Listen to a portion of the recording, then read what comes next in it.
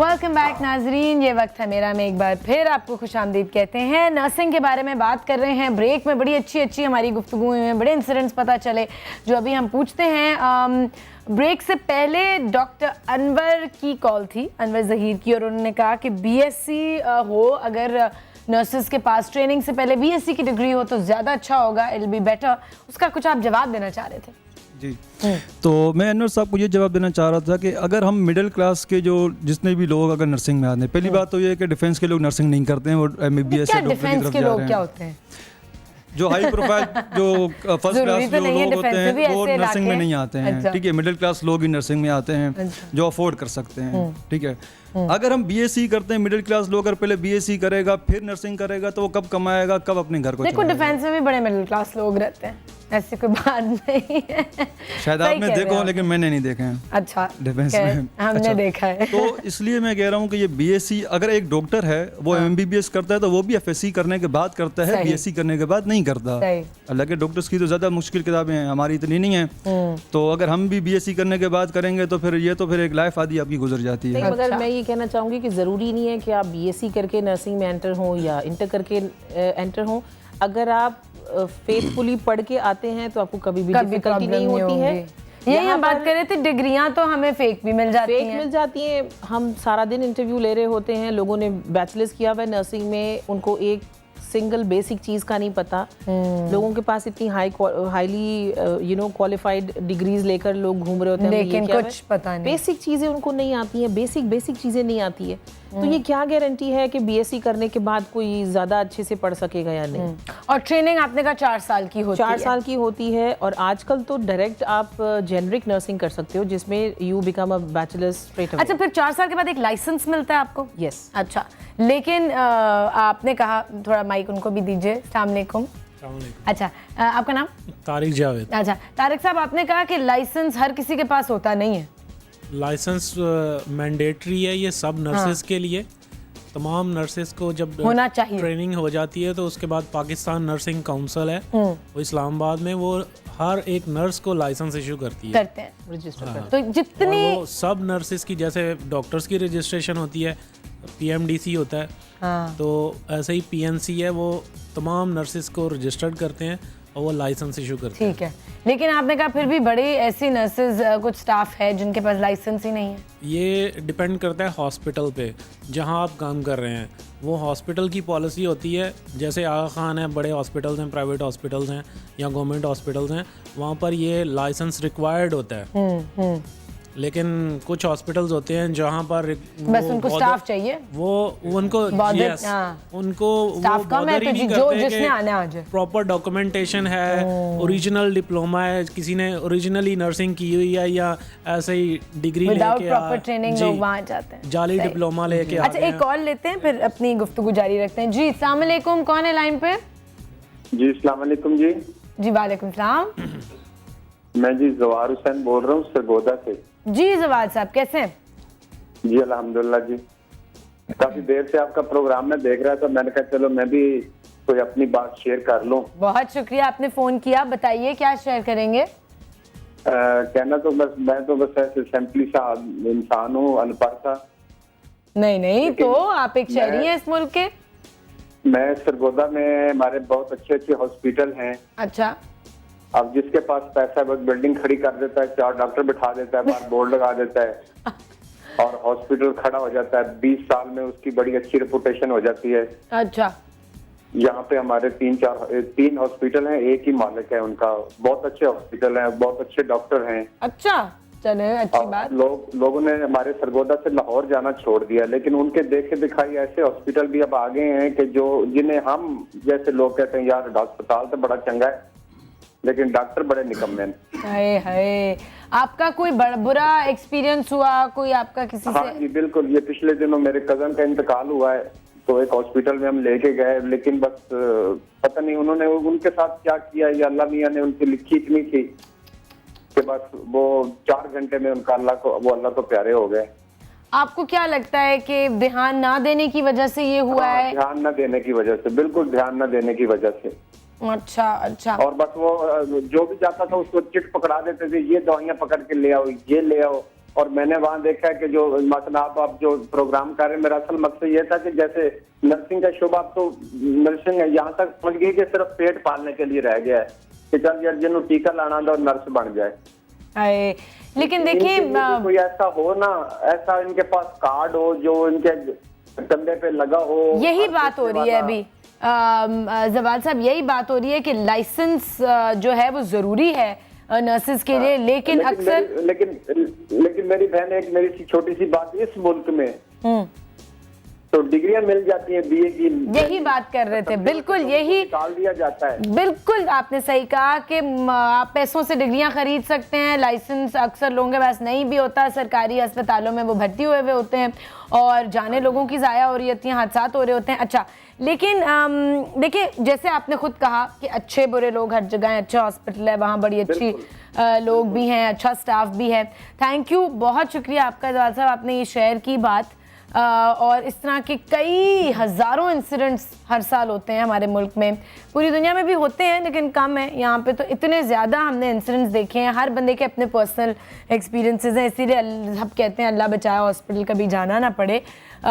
तो आप अपनी बात कंटिन्यू कीजिए। आयशा, आई वुड लाइक से समथिंग। ऐसा नहीं है कि बाहर के मुल्कों में इंसिडेंसेस नहीं होते हैं और ऐसा नहीं है कि कम होते हैं, ऑब्वियसली होते हैं, लेकिन वहाँ पर कुछ डिसिप्लिन है, कुछ रूल्स हैं जो अप्लाई होते हैं। अगर एक नर्स ने कुछ हार्म किया पेशेंट को तो लाइसेंस कैंसिल हो गया फॉर सम टाइम या नेग्लिजेंस की वजह से। हाँ, पाकिस्तान में ऐसी कोई चीज़ नहीं है।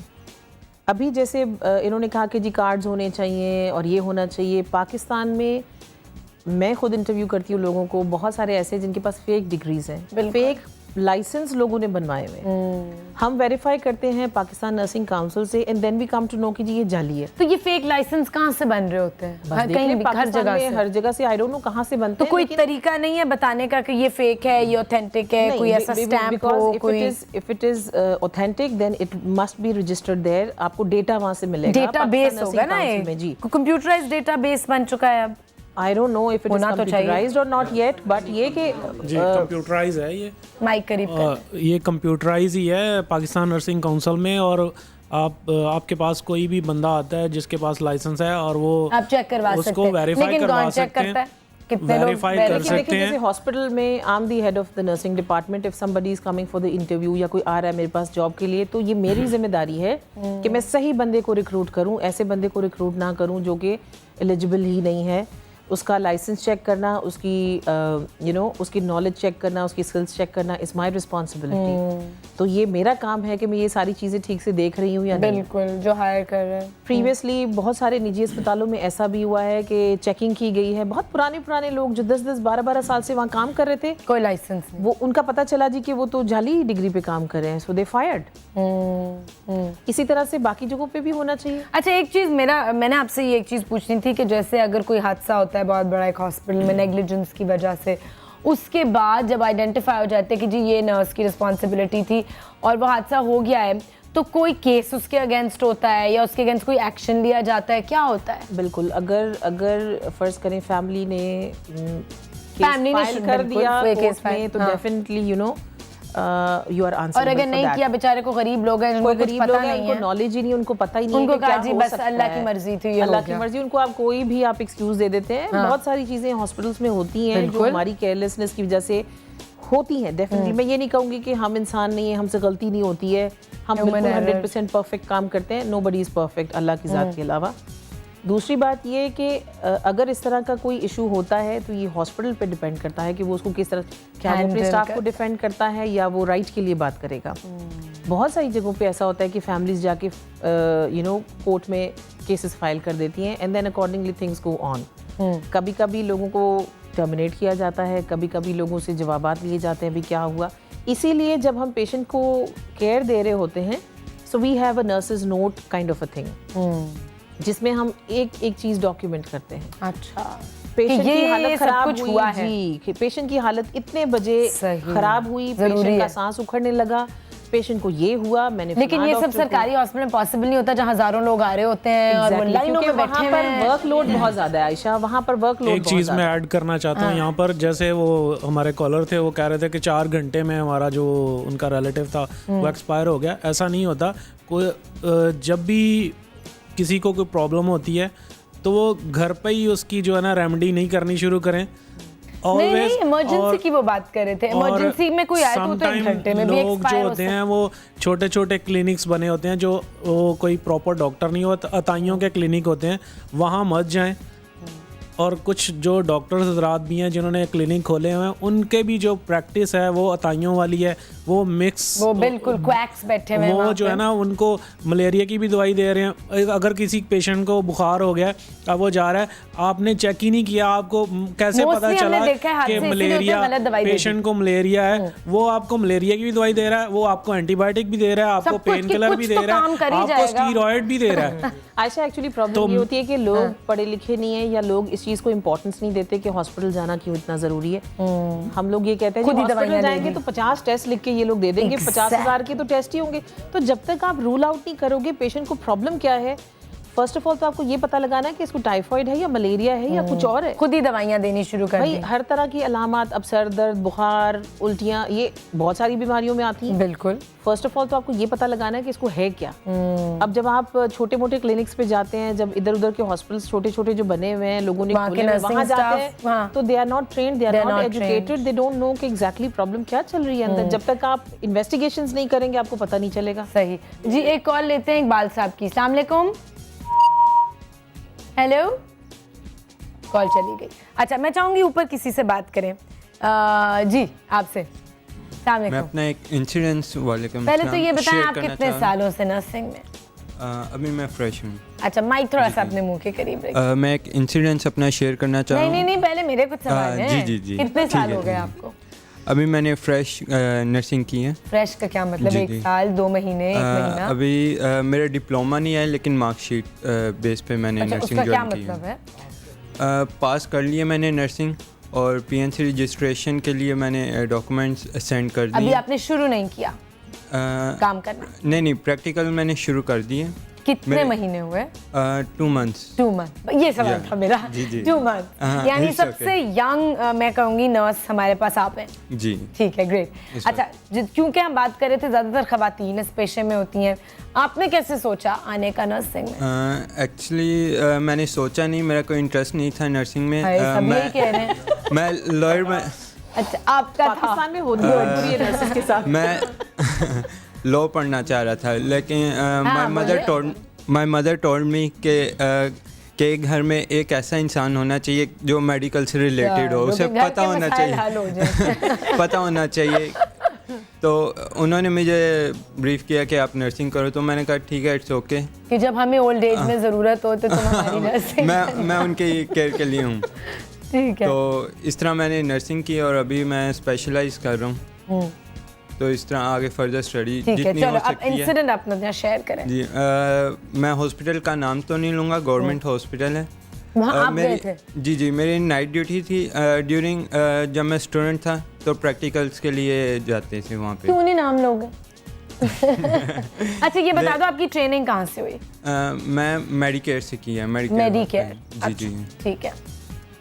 NICVD उस हॉस्पिटल का नाम है, नॉर्थ वार्ड। नाइट ड्यूटी थी मेरी वहाँ पे रात को 3 बजे एक पेशेंट सीरियस हो गया है, तो वहाँ पे डॉक्टर अवेलेबल नहीं है, पता नहीं कहाँ पे है। पूरी वार्ड में उसका पेश भी करवाया, डॉक्टर ही नहीं मिल रहा कि वहाँ का जो RMO है कहाँ गया। ऑन ड्यूटी जो doctor? Ji, on duty doctor है। जितनी देर तक हम नर्सिंग केयर पे उसे ज़िंदा रख सके, हमने आपने किया फैसिलिटेट जो किया। आपकी नॉलेज में था।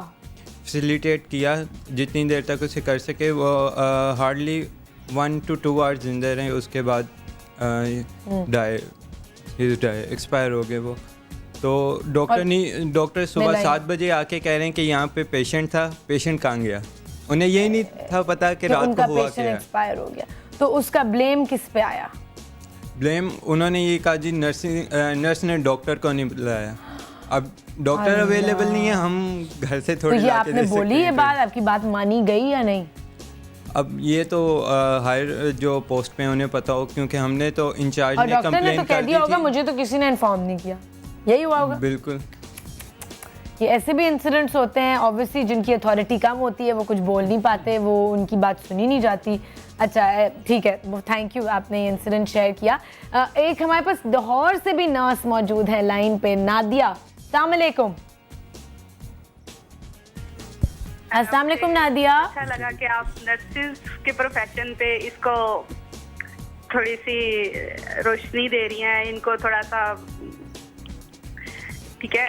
बिल्कुल। यहाँ पे हमारे मैं काफी देर से ये प्रोग्राम देख रही हूँ। लोगों के ये मशवरे होते हैं जी कि यहाँ पे मतलब हमारे। अच्छा, पहले तो मुझे ये बताओ नादिया, कौन से हॉस्पिटल में आप जो है वो नर्स हैं? मैं शेख जायद हॉस्पिटल में। शेख जायद हॉस्पिटल तो बड़ा अच्छा हॉस्पिटल है लाहौर का। ठीक है जी, बिल्कुल जी, ठीक है। तो मुझे यहाँ पे एटलीस्ट 12 इयर्स हो गए हैं। अच्छा, माशाल्लाह।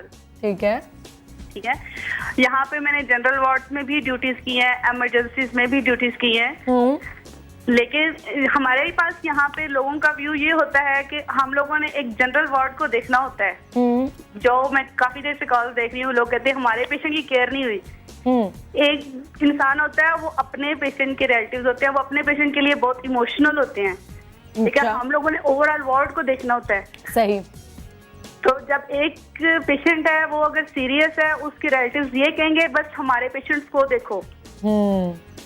ठीक है। सही। अगर इसमें ये हमारे पाकिस्तान में ये लोग इस चीज को नहीं सोचते कि जिंदगी और मौत अल्लाह ताला के हाथ में है। हम लोगों से जितना हो सकता है हम लोग करते हैं। सही। अच्छा नादिया, आप मुझे बताओ, आपको क्या शिकायत है पेशेंट से या अवाम से, क्या आप कहना चाहोगी?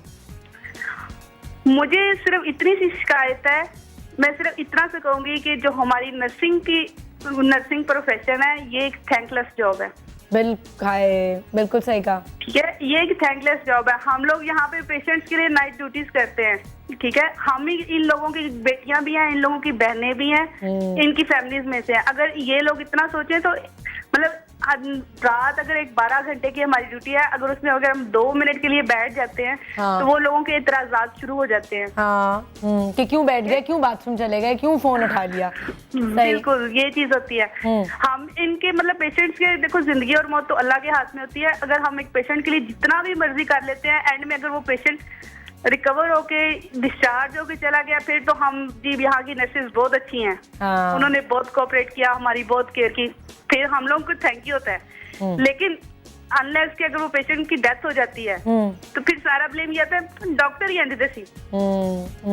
सही। ऐसे नर्सा ही आंदियां सही, उन्होंने वेखे ही नहीं सारे मरीज को। मतलब ये चीज, ये कमेंट्स हम लोगों को मिलने को मिलते हैं और सुनने को मिलते हैं, तो हम लोग बहुत इस चीज को डिग्रेड होते हैं। हाँ, अच्छा मुझे बताओ नादिया, क्योंकि आप जनरल वार्ड, आप उसकी बात कर रहे हो, उसकी ड्यूटी पे होते हो, तो जब कोई ना कोई इमरजेंसी पेश आ रही होती है तो तब कितना मुश्किल होता है उससे डील करना? हम लोगों के पास मुश्किल लाजमी होता है। जो पेशेंट के रिलेटिव्स को भी हैंडल करना है, हमने पेशेंट को भी डील करना है, अपने साथ डॉक्टर्स हैं उनको भी डील करना है। हमारे पास एक प्रॉपर इमरजेंसी ट्रॉलीज होती हैं। अल्लाह का शुक्र है, जहाँ पे मैं जॉब कर रही हूँ, शुरू से मैंने यहाँ पे हर तरह की फैसिलिटी देखी है। सही। और इधर ही मैंने ट्रेनिंग किया है। इस लिहाज से हम लोग एक इमरजेंसी ट्रॉली होती है, एक पेशेंट सीरियस होता है, हम उस पेशेंट के हेड एंड पे हम लोग हर चीज अवेल कर देते हैं कि हमें किसी वक्त किसी चीज की जरूरत होती है। ठीक। हम उस पेशेंट को एक अगर आइसोलेट कर देते हैं, उस दौरान में पेशेंट के रिलेटिव जो होते हैं वो उस पर रश डाल देते हैं, आप छोड़े हमें अपने पेशेंट को देखने दे। तो ऐसे में हम काम कैसे कर सकते हैं? सही। बहुत शुक्रिया Nadia, thank you so much. नाज़रीन एक और कॉल लेंगे, लेकिन ये भी साथ साथ पॉइंट आउट करना चाहूँगी कि जब हमारे, चूँकि हम बदकिस्मती खुशकिस्मती से ऐसे मुल्क में हैं जहाँ पे बड़ी इमरजेंसी सिचुएशंस आ रही होती हैं हर दिन, स्पेशली हमारे शहर में, उनसे डील करना आप सोचें कितनी नर्व रैकिंग ये जॉब है कि आए दिन कोई ब्लास्ट हो रहा है, कोई कहीं फायरिंग हो रही है, कहीं कुछ हो रहा है, नेचुरल डिजास्टर्स भी हैं, उनसे डील करना कितना मुश्किल है। इतनी सारी मैं कहूँगी गम और दुख को भी देखना होता है, साथ इमोशनली भी अफेक्ट कर रहा होता है लोगों को जब आपके सामने इतना कुछ हो रहा है और you have to deal with it. खैर, एक और कॉल लेते हैं और फिर ब्रेक पे जाना है। जी, कौन है लाइन पे? अस्सलाम वालेकुम, इजाज बात कर रहा हूँ मैडम, इस्लामाबाद से। जी इजाज साहब, कैसे हैं? अस्सलाम वालेकुम। ठीक ठाक बहुत अच्छा मैडम, बहुत शुक्रगुजार है कि आप लोगों ने नर्सिंग के ऊपर जो है एक प्रोग्राम रखा है ना। मैं खुद एक मेल नर्स हूँ, लियाकत नेशन से ट्रेन हुए, ठीक है? अच्छा। और जी मैंने 6 साल की ट्रेनिंग की है वहाँ पे। अच्छा। 3 साल डिप्लोमा किए हैं, उसके बाद 1 साल स्पेशलाइजेशन किए, उसके बाद 2 ईयर BSc नर्सिंग की है मैंने। ग्रेट। तो देखो, अभी जो लोगों का कोई ये ख्याल है कि नर्सिंग ऐसी है या नर्सिंग, अभी वो पुराना दौर नहीं है मैडम। हाँ जी, अभी बिल्कुल। देखो HCC लेवल लेते हैं A1 ग्रेड के लिए, ठीक है। A1 ग्रेड मानते हैं, उसके क्राइटेरिया ये होते हैं कि BSc नर्सिंग के लिए जो है A1 ग्रेड लेते हैं HCC में, उस लोगों को एडमिशन मिल रहा है मैडम। तो ये जो अभी अगर लोग कह रहे हैं कि मतलब लोग मजबूर हो के आ रहे हैं, तो ये गलत है, दिस इज टोटली रॉन्ग, ठीक है ना। अभी जैसे हमारी हेड नर्स बेटी है ना, उन्होंने शुरू में कहा कि कुछ लोग जो है मजबूर होके यहाँ पे आ रहे हैं, ये गलत है, टोटली रॉन्ग। जी जी, ठीक है। आपने मुझे बताएं, जब आपने ये चूज किया प्रोफेशन, तो आपने मजबूर होके किया, आपकी फैमिली ने कहा, या आपने दिल से सोचा मैंने ये करना है? मैंने खुद दिल से सोचा, मैंने खुद ये जो है सेलेक्ट किया फील्ड अपने लिए बहुत, ठीक है ना। मैं बहुत खुश हूँ, बहुत मुतमईन हूँ, और मैंने कराची लियाकत में फिर 5 साल जॉब भी की है। फिर मैं अभी मेरे सिलेक्शन में फेडरल पब्लिक सर्विस कमीशन के थ्रू पेम्स हॉस्पिटल में काम करता हूँ, इस्लामाबाद। चलें जी। ठीक है, तो अगर कोई लोग कहते हैं कि गवर्नमेंट सेक्टर में, तो गवर्नमेंट सेक्टर में तो मैडम मेरे खुद अभी ड्यूटी है, इवनिंग में मेरे पास 60-70 पेशेंट होते हैं, मैं अकेला ड्यूटी करता हूँ, तो क्या हाल होगा? आप बिल्कुल यही तो हम डिस्कस कर रहे हैं कि जो गवर्नमेंट सरकारी अस्पतालों में जॉब कर रहे हैं या नर्सेज हैं, इस फील्ड में हैं, उनको तो और ज्यादा अप्रिशिएट करना चाहिए कि वो ऐसी रिसोर्सेज में काम कर रहे हैं। बहुत शुक्रिया। ब्रेक पे जाते हैं नाजरीन, और जल्दी से वापस आते हैं आफ्टर शॉर्ट ब्रेक। ये वक्त है मेरा।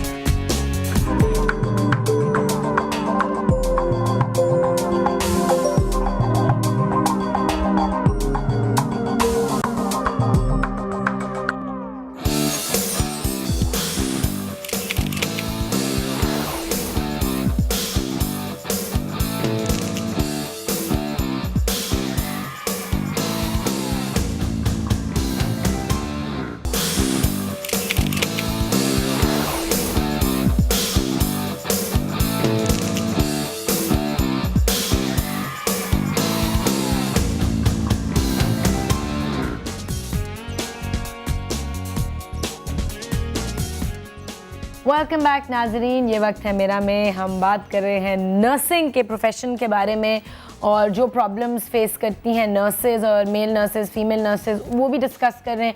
जो लोगों को इख्तलाफ हैं वो भी डिस्कस कर रहे हैं।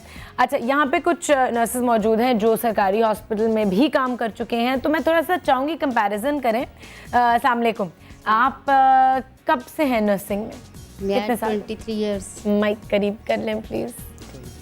हाँ, 23 इयर्स, माशाल्लाह। कहाँ काम किया? बहुत सारे मुख्तलिफ हॉस्पिटल्स में काम किया जी। अच्छा, गवर्नमेंट में भी किया है, PIA में भी किया है। PIA में भी किया, हेल्थ केयर में? जी जी। अच्छा, तो मुझे बताएं, क्या आपने फ़र्क महसूस किया एक सरकारी अस्पताल में और एक प्राइवेट अस्पताल में? आपको क्या मसाइल पेश आए दोनों जगहों पर? मुझे यानी गवर्नमेंट हॉस्पिटल जिससे मैंने किया ना, मैंने पंजाब में मुल्तान निश्तर हॉस्पिटल से किया है। अच्छा, ट्रेनिंग वहाँ से की? वहाँ से ट्रेनिंग किया, थोड़ी सर्विस भी 3 साल की है, लेकिन बहुत अच्छा हॉस्पिटल, अच्छा एक्सपीरियंस था जी, बहुत अच्छा एक्सपीरियंस। अच्छा, कोई मसले नहीं पेश आए?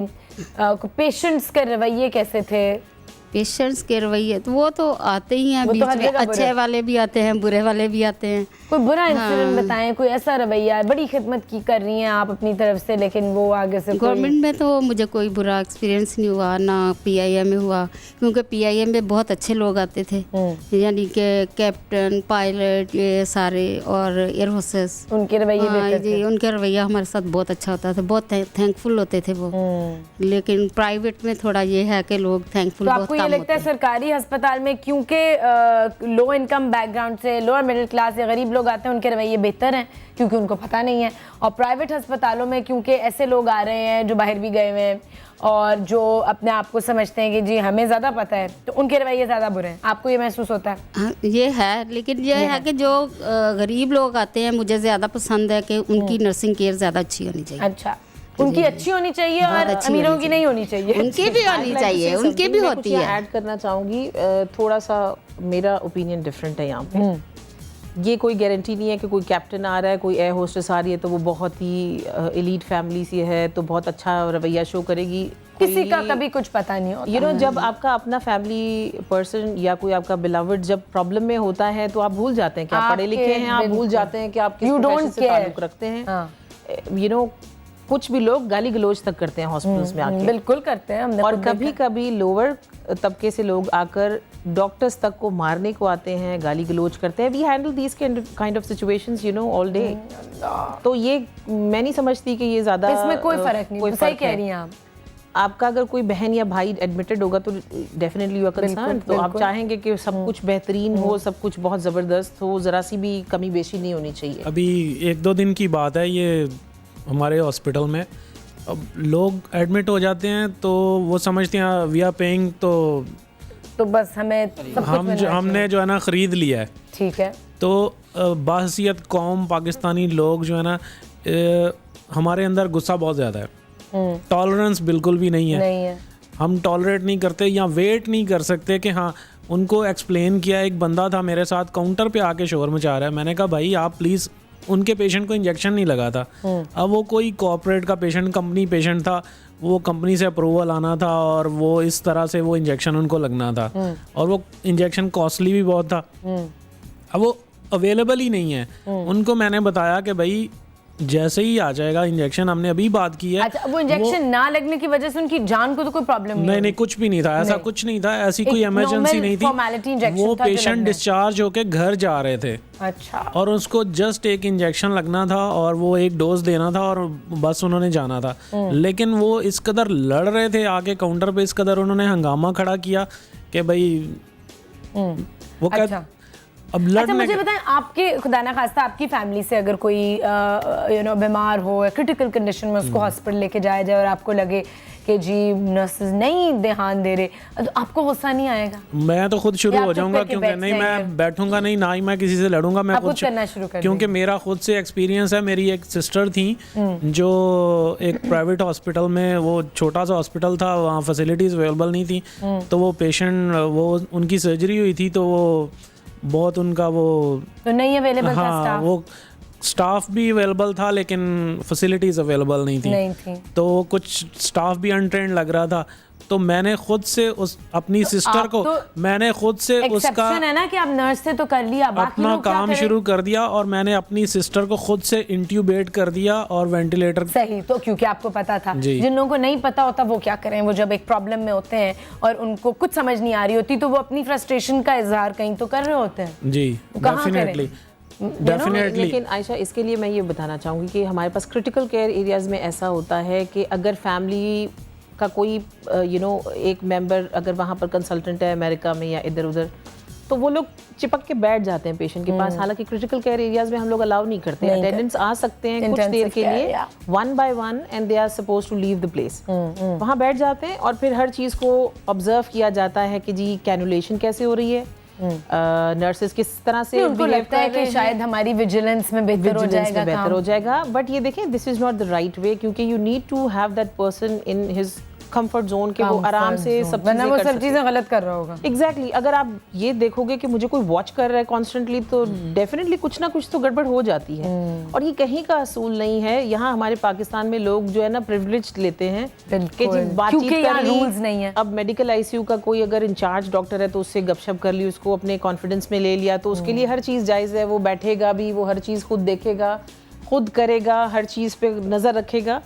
This is not right. देखिए, असूल सबके लिए बराबर होने चाहिए, सब लोगों को एक ही तरीके से ट्रीट करना चाहिए। अच्छा, ऐसे होता है कि जी कोई आपने कहा ना हाई प्रोफाइल पेशेंट है, उन्होंने एक्स्ट्रा पैसे दे दिए हैं तो जी उनकी ज्यादा केयर हो रही है। नहीं, एक्स्ट्रा पैसे नहीं, देखिए देने तो आपको वो नर्सेस को साइड पे टिप कर दिया तो ज्यादा केयर हो रही है, ऐसे होता है? नहीं, ऐसा नहीं है, ऐसा नहीं है, बिल्कुल ऐसा नहीं है। फर्स्ट ऑफ ऑल तो टिपिंग हम अलाउ ही नहीं करते हैं। It is not allowed anywhere, specially जो निजी अस्पताल हैं वहाँ पर तो ये बिल्कुल सिस्टम नहीं है, ये हम अलाउ नहीं करते हैं। लेकिन ये कि फिर भी अगर कोई अपनी खुशी से अगर किसी को रिवॉर्ड के तौर पे कुछ देता है या कुछ तो एक्सेप्ट करने की इजाजत it's up to the nurse if she wants to accept it. अच्छा, एक कॉल लेते हैं और फिर आपकी बात पे आएंगे। जी, कौन है हमारे साथ? अस्सलाम वालेकुम। वालेकुम अस्सलाम जी, मैं नारिक दास बात कर रहा हूँ, लियाकत हॉस्पिटल कराची से ना। जी जी, मुझे बहुत खुशी है कि आप लोग नर्सिंग पे जो है ना बात कर रहे हैं। अच्छा एक प्रोग्राम जा रहा है आप लोग। थैंक यू नारिक साहब। मैं एक बात कहना चाहूंगा कि नर्सिंग में जो है ना, नर्सिंग एजुकेशन पे बहुत ज्यादा बात होनी चाहिए। बिल्कुल, ट्रेनिंग पे है कि मैट्रिक के बाद एक मतलब डिप्लोमा कर लिया, मगर मैं ये कहना चाहता हूँ कि एफएससी के बाद डिप्लोमा होना चाहिए। और इसके अलावा जो स्पेशलाइज रखा हुआ है कि 1 साल का 3 साल का आपने डिप्लोमा कर लिया, 1 साल का आपने स्पेशलाइज मस्ट करना है, BSc में एडमिशन के लिए, फर्दर एजुकेशन के लिए या फर्दर जॉब के लिए। ठीक है, अगर हमें ये कहा जाता है कि आप स्पेशलाइज मस्ट करनी है तो उसके लिए इतने इदारे भी तो होने चाहिए। बिल्कुल होने चाहिए। अगर हम देखें तो पूरे पाकिस्तान में सिर्फ सिंध में ही इतने इदारे हैं, पूरे पाकिस्तान से मतलब इतना क्राउड आता है कि वो आके कराची से या कहीं और से स्पेशलाइज कर लें। ठीक है, बाकी पाकिस्तान में कहीं भी इदारे मुझे नहीं लगता नहीं नजर आते हैं, तो बहुत कम है। ठीक है, तो अगर मस्त है तो इसके लिए इतने इदारे भी तो होने चाहिए। और दूसरी चीज ये है कि इतनी एजुकेशन महंगी है, इतनी महंगी है कि कोई गरीब बंदा सोच भी नहीं सकता। पिछले साल ही देख लें, जो चीज 50,000 में हो रही थी, ठीक है, आज वो 80,000 मांग रहे हैं। तो एक गरीब बंदा कहाँ से एडमिशन के लिए 30,000 जमा कराएगा और कहाँ से? अच्छा, कोई मेरिट पे स्कॉलरशिप्स मिलती हैं? मेरिट पे तो JPMC में अगर हो जाए तो वहाँ पे 10,000 है। अच्छा, बस JPMC मगर कहा यह जाता है, मैं 4 साल से अप्लाई कर रहा हूँ मगर मेरा एडमिशन अभी तक नहीं हुआ। खुदा जानता है क्यों नहीं हुआ, मगर जो लोग कहते हैं या तो आपके पास सिफारिश होनी चाहिए या आपके पास पैसा होना चाहिए, जो कि मेरे पास दोनों नहीं है। एक बार एडमिशन चाहिए मैंने, यानी दिल से भी अगर कोई एंटर करना चाहता है और उसके पास अगर पैसे नहीं है तो वो नहीं कर पा रहा, फाइनेंसेस की वजह से, और कोई ऑर्गेनाइजेशन नहीं है जो फंड करेगी। जी, दैट्स वेरी सैड। ठीक है, तो आपको लगता है कि गवर्नमेंट की तरफ से होना चाहिए, कुछ ग्रांट्स मिलने चाहिए? मैं यही कहना चाह रहा हूँ कि या तो इतने इदारे होने चाहिए और इतने मतलब अगर प्राइवेट साइड पे जाएं तो बहुत ज्यादा पैसे लगते हैं, बहुत ही ज्यादा। मैं तो सोच ही नहीं सकता, अगर मैं सोचता है तो फिर मैं काफी अर्सा पहले कर चुके होते। बहुत शुक्रिया नानक दास साहब, आपने शेयर की बात, ये भी बड़ा इंपॉर्टेंट मसला है, कोई ग्रांट्स होनी चाहिए। ब्रेक पे जाते हैं और वापस आएंगे। ये वक्त है मेरा।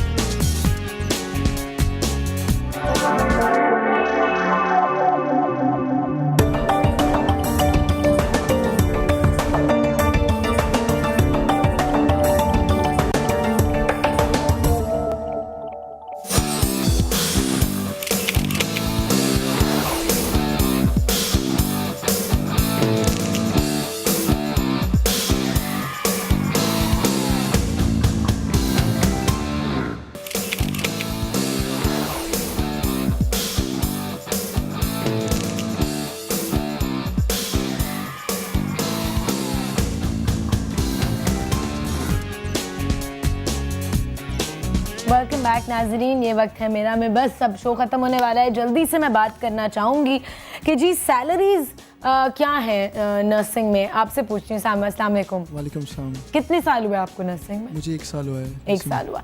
क्या सैलरी है, स्टार्टिंग सैलरी क्या होती है एक नर्स की? स्टार्टिंग सैलरी आमतौर पे हॉस्पिटल्स में जाओ तो 10 to 12 है। अच्छा, प्राइवेट हॉस्पिटल की बात? जी, प्राइवेट हॉस्पिटल्स की बात कर रहा हूँ, लेकिन अगर जो कोई बहुत हाई फाई हॉस्पिटल्स हैं, आगा खान वगैरह, वहाँ पे तो पे बहुत अच्छी है। अच्छा। लेकिन आमतौर पे अगर दूसरे हॉस्पिटल्स में हम जाएँ तो वहाँ पे सैलरीज कम है। अच्छा। अगर हम डिमांड भी करते हैं तो भी जो है उस पर हमें यहाँ तो ये कहा जाता है अगर आपको आना है तो आओ, नहीं तो जाओ।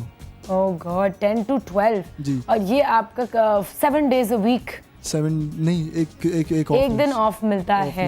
8 घंटे की शिफ्ट होती है। जी जी। ओवर टाइम पे ज्यादा एक्स्ट्रा पे हो रहा होता है या नहीं? ओवर टाइम नहीं, मतलब कि अगर आपको कहा जाए स्टाफ कम हो गया 3 घंटे और रुक जाए, पर आवर के हिसाब से पर आवर मिलेगा ना? जी जी, वो तो मिल जाता है, विच इज वेरी लो, लेकिन मिलेगा। और अगर कोई स्टाफ खुद कहना चाहे कि जी हम 8 घंटे नहीं, हम 12 घंटे काम करना चाहते हैं रोज, तो हमें पर आवर दे दें तो मिलेगा? नहीं, ऐसा नहीं होता वो, लेकिन मैनेजमेंट पे है कि वो मतलब आपको किस तरह। ओके, अच्छा, जितनी आपकी सैलरी है उसके हिसाब से पर डे का आपको वो। नहीं, कुछ ज़्यादा कमाना चाहते हो, जैसे हम मेरे प्रोफेशन में मैं 14 घंटे काम करती हूँ रोज। जी जी।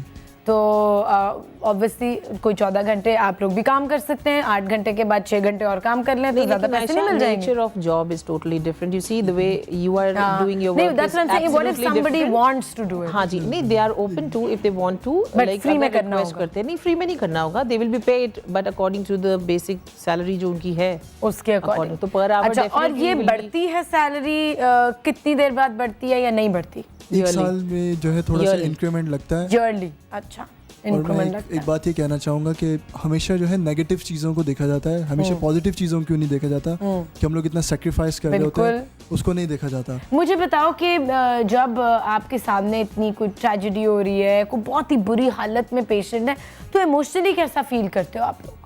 एक मैं छोटी सी बात करूँगा ये कि एक बार मैं NMC हॉस्पिटल में काम कर चुका हूँ। वहाँ के MS का जो बिहेवियर है वो कुछ स्टाफ के साथ बहुत MS क्या होता है? Medical supervisor. ठीक है, तो वो उनके पापा की तबीयत एक दिन ख़राब हो गई थी, तो वो अपने पापा को इमरजेंसी में लेके आए। तो उन्होंने एक सीनियर स्टाफ को ICU से बुलाया और वो उसको IV कर रहे थे। तो उन्होंने जब उसको प्रिक किया तो उनको ओडिमा काफ़ी ज़्यादा हुआ था। ओडिमा मीन्स कि उनके ना हाथों में काफ़ी ज़्यादा वो स्वेलिंग थी और उनकी वेन्स नहीं मिल रही थी। तो उसने प्रिक किया तो उन्होंने उसको कहा कि अभी सेकंड प्रिक नहीं करना, किसी और को। हालांकि वो बहुत सीनियर 10-12 साल से पुराना वो स्टाफ था। तो उन्होंने जब सेकंड प्रिक किया तो उस MS ने उस स्टाफ को मारना शुरू कर दिया, उस MS ने स्टाफ को। तो आप बताएं कि यहाँ पे नर्सिस की क्या वैल्यू है या क्या रिस्पेक्ट? कोई रिस्पेक्ट नहीं है। फिर सैलरीज इतनी कम दी जाती है और मतलब कोई ऐसा। अच्छा, और मुझे आप ये भी बताओ कि क्या आपको ये फील होता है कि क्योंकि सबके रवैये इतने बुरे हैं तो ऑब्वियसली आप भी इंसान हो, आप लोग भी तो रिएक्ट भी कर देते होगे, तो लगता है आपको ये लगता है कि अच्छा अगर रिस्पेक्ट मिले लोगों से, लोग अच्छी तरह बात करते हैं तो आपका भी दिल चाहता है कि हाँ जी हम करें। जब रिस्पेक्ट मिलेगी, अच्छे तरीके से हमें प्रमोट किया जाएगा, हमें कुछ आगे कुछ हमें बढ़ाया जाएगा, हमें वैल्यू दी जाएगी, तो ऑब्वियसली हम लोग भी काम और अच्छे तरीके से दिल से करेंगे। Ayesha, sorry to interrupt, but ये कि देखें अगर MS मारना शुरू हो जाता है या कुछ भी होता है, देखो ये बीइंग एन इंडिविजुअल आपको अपनी रिस्पेक्ट को खुद मेंटेन करना है, खुद उसका ध्यान रखना है। आप किसी को क्यों इतना प्रिविलेज देते हो या एडवांटेज देते हो कि वो आपके सर पे चढ़ के बैठ जाए? यू नो, आपको अपने आप को डिफेंड करना खुद आना चाहिए, एथिकल और लीगल वैल्यूज का आपको पता होना चाहिए। You know, you should know. ये एंड में मैसेज मैं आपसे जरूर लूंगी। प्रोफेशन में ये चीजें नहीं होती है। मारना। मेरा नाम नेल्सन है और मैं पीर्स ICU का इंचार्ज हूँ। ठीक। तो मैं ये एक्सप्लेन करना चाह रहा हूँ कि सैलरी के बारे में, मतलब ये प्रॉब्लम नफरत होती है लोगों को। सैलरी के लिए ये है 5 to 10% जो प्राइवेट हॉस्पिटल हैं वो मतलब सरकारी हॉस्पिटल में क्या सैलरी? और सरकारी हॉस्पिटल्स में सैलरी अच्छी है। अच्छा, ठीक है। अभी लास्ट मतलब 1 मंथ बैक जो है मतलब बजट आया है 20% का, तो सबके इंक्रीमेंट लग चुके हैं। अच्छा, ठीक है। उनकी तो सैलरीज कम से कम हड़तालें क्यों हो रही होती? 30 to 40,000 तक सैलरीज हैं।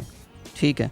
हमें 10-10, 15-15 साल हो जाते हैं लेकिन हमारी 20 से ऊपर सैलरी जाएगी नहीं। इस पे कैसे गुजारा होता है? गुजारा नहीं होता। नहीं, सब लोग क्या करते हैं, ओवर टाइम करते हैं, डबल जॉब करते हैं। अब जब डबल जॉब करेंगे, 2-2 हॉस्पिटल में करेंगे तो डेफिनेट बात है थकेंगे, और नाइट में कहीं ड्यूटी करेंगे तो वहाँ पे जाके सोएंगे भी।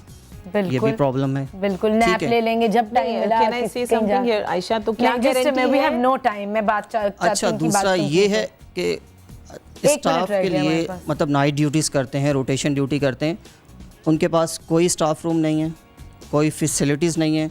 उन्होंने सारी रात ड्यूटी करनी है, 12 घंटे करें, 8 घंटे करें, और डॉक्टर के लिए मतलब हर चीज़ फैसिलिटीज़ हैं। सोने के लिए बेड है, शीट है, पिलो है, हर चीज़। फैसिलिटीज की सख्त जरूरत है। यस, प्लस फैसिलिटीज होनी चाहिए। एक बात मेंशन की कि पहले ट्रेनिंग फ्री होती थी, यूनिफॉर्म भी फ्री होते थे। एक ज़माने में नर्सेज को इनवाइट किया जाता था आए इस प्रोफेशन में। अब इतने बढ़ गए हैं चार्जेस ट्रेनिंग के भी, किताबों के भी, कि जी कोई गरीब इंसान जो अपने दिल से खिदमत करना चाहता है वो अफोर्ड नहीं कर पाता तो वो नहीं कर सकता, बड़े सालों वेट करता है।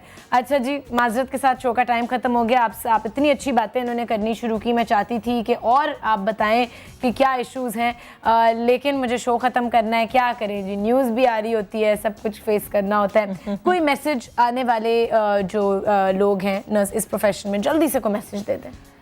मैसेज सबसे पहले गवर्नमेंट के लिए, जैसे हम लोगों ने कहा कि फंड्स नहीं हैं, कोई इदारा नहीं है जो फैसिलिटेट करे। सैलरीज प्राइवेट हॉस्पिटल में ज़्यादा होनी चाहिए। इस पे थोड़ा सा फोकस किया जाए, लोगों को एजुकेशन प्रोवाइड की जाए, थोड़ा सा उनको सपोर्ट किया जाए जो लोग आना चाहते हैं इस प्रोफेशन में। So you know things can be easier. थोड़ा आपस में तहम्मुल रखें, इत्मीनान रखें। हमारी कौम काफ़ी गुस्से से यू नो शराबूर है, टॉलरेंस लेवल बिल्कुल ज़ीरो है। रवैया अच्छा रखें, और ये नहीं होना चाहिए कि जी मेरा रिलेटिव है तो ज़्यादा प्रोटोकॉल दें और एक आम आदमी है तो उसको छोड़ दीजिए। ये चीज़ें नहीं करें और एक दूसरे की रिस्पेक्ट करना सीखें। ये नहीं है कि डॉक्टर है तो ज़्यादा रिस्पेक्ट डिजर्व करता है और नर्स है तो उसकी कोई औकात नहीं है। Great, thank you so much Philomena, आप आए हमारे शो में, था बहुत शुक्रिया आप सबका। सेंसेशन का ये गिफ्ट हैम्पर आपके साथ जाएगा। नाज़रीन, कंक्लूजन हमारी यही आज के शो के बाद कि ये एक ऐसा प्रोफेशन है जैसे उनका थैंकलेस प्रोफेशन है, अप्रिसिएशन बहुत कम है, जबकि इतनी ज़्यादा खिदमत इसमें रिक्वायर्ड है। सिर्फ नेगेटिव पॉइंट्स देखे जाते हैं, अगर किसी का थकावट की वजह से या बहुत आपको पता है ह्यूमन रिसोर्स कम है उसकी वजह से किसी का हल्का से कोई कोताही हो जाए तो बहुत ज़्यादा उसको नोटिस किया जाता है। लेकिन जो खिदमत वो कर रहे होते हैं उसको अप्रिशिएट नहीं किया जाता। हमें भी देखने की ज़रूरत है, अपने आप की इस्लाह करने की ज़रूरत है, हमारा रवैया कैसा है ऐसे प्रोफेशन में जो लोग हैं उनके साथ। तो प्लीज़ उसको चेंज करें, रिस्पेक्ट करें। रिस्पेक्ट देंगे तो आपको भी रिस्पेक्ट मिलेगी। कल हमारी मुलाकात होगी आपसे at the fire brigade station, तो कल ज़रूर ट्यून इन कीजिएगा। खुदा हाफ़िज़।